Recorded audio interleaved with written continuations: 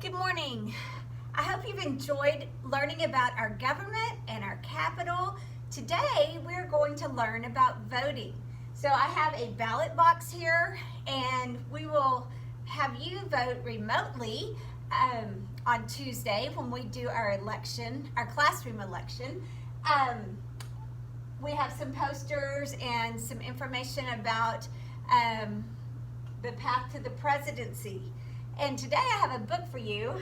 It is called One Vote, Two Votes, I Vote, You Vote. And it's by Bonnie Worth. And this is through the Dr. Seuss Company, so it stars the Cat in the Hat.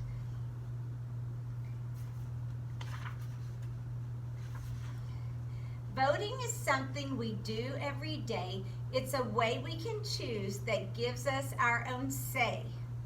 We vote for class president and which snack to get, where to go on class trip, what to pick as a class pet.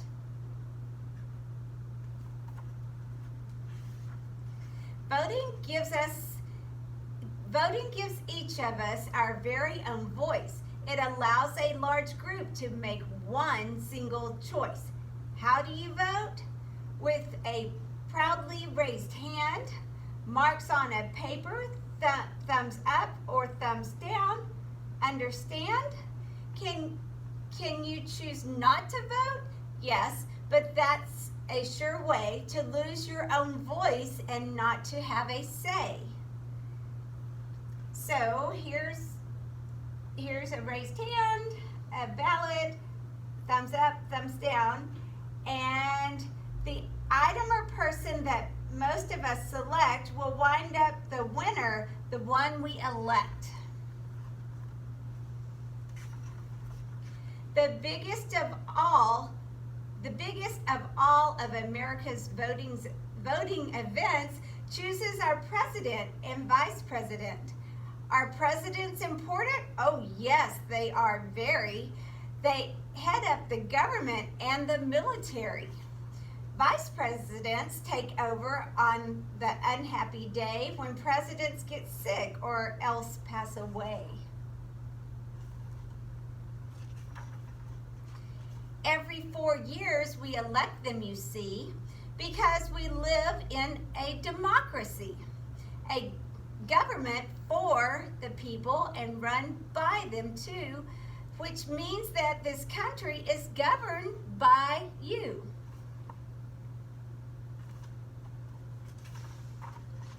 Every 2 years, we elect senators and congresspeople of our choice to make laws in Washington and be our state's voice.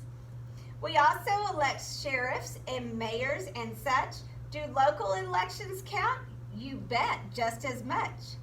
When our founders drew up the Constitution, it's true, they said folks should vote, but they did not say who. Since then, our history is marked by brave fights waged by people who struggled to win voting rights for all of the races and for all womankind, and also for 18-year-olds, bear in mind. That means that quite soon you will get to vote too. So please pay attention. This matters to you. And here is our voting rights timeline. In 1870, the 15th Amendment, black men can vote. In 1920, the 19th Amendment, women can vote. 1924, the Citizenship Act, Native Americans can vote. In 1971, the 26th Amendment, 18-year-olds can vote. Only citizens can vote, and as you've just been told, people who are at least 18 years old. You must sign up in person or on the internet with name, address, and birth date. And one more thing yet, you can write down your party if you do not mind. Cakes and ice cream, you're thinking? Is the party that kind? So here you can register to vote. Do you think it's like a birthday party? No. This kind of party is here to report. I'm here to report, sorry, is the kind that we know as the political sort. It's made up of large groups of citizens who share beliefs and ideas and opinions too. Democrats and Republicans are the biggest two, plus small parties to pick from, more than just a few. So we have the Democratic Party, we have the Republican Party, the Libertarian Party, the Green Party, and the Independent. In primary elections, run before November, votes will be cast by each party member for the candidate who they hope and they pray will be on the ballot come election day. So that's when we select the party runner. So we have people on the Democratic ticket, we have people on the Republican ticket. So these two won, so now they're going to run against each other.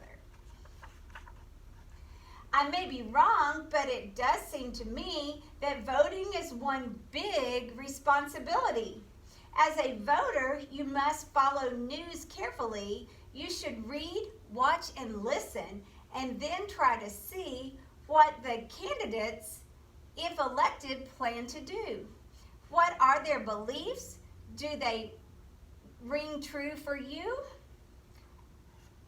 So you might have seen some of these ad campaigns on TV or on the news.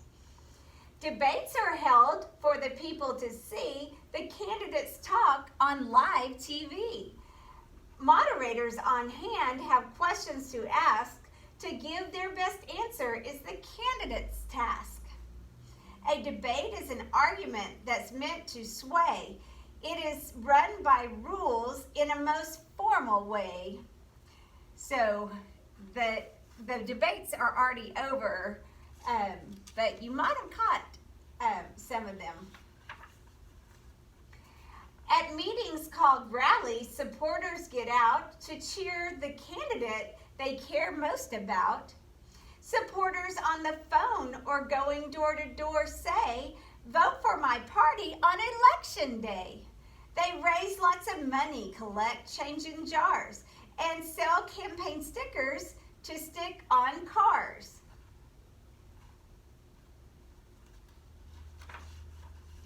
George Washington won the vote, so I have been told, during a winter that was snowy and cold. In 1845, Congress passed a vote to say there would be an earlier election day. The day each year is easy to remember. It's the Tuesday after the first Monday in November. This date was chosen for a very good reason. It came at the end of the harvesting season. So this was long ago. When election day comes, the voters' big role is to make sure to vote at their assigned poll. A poll is where you vote. As a general rule, it's a public place, like a firehouse or school. If you're out of town, there's a chance that you might mail an absentee ballot. Voting is your right. So here's some voting locations, and there is he's mailing his in as an absentee. People cast their votes by different means, ballots fed into computers or direct voting machines. However you vote, it's important you see that voters are given complete privacy. A curtain or screen protects voters from view. This ensures that your vote is known only to you. So today we don't have the curtains as much. Ours looks more like this. So there's a computer inside there. Kind of like a privacy folder. The polls close up at the end of the day. Here come the counters. Please clear the way. By special computer, poll results are scanned, but some votes are still counted out by hand. The results are sent to the Board of Elections, which declares the winner after careful inspections. So that's a lot of votes to count. The loser admits their bitter defeat. The winner announces their victory sweet. The winner vows to serve everyone in the land, not just the supporters who lent them a hand. If all of this rings true, it is my dearest hope that you will cast your first vote for the Cat in the Hat. So here's some signs. Vote for the cat. The Cat in the Hat knows a lot about everything. So, thank you for listening to my book. I know this is probably a long video, but these are some things we're going to start talking about today. And you're also going to do a little election book. So I made word cards that you will put in the correct spot, so you have the words to fill it in. Okay, I will see you again probably tomorrow. Bye-bye.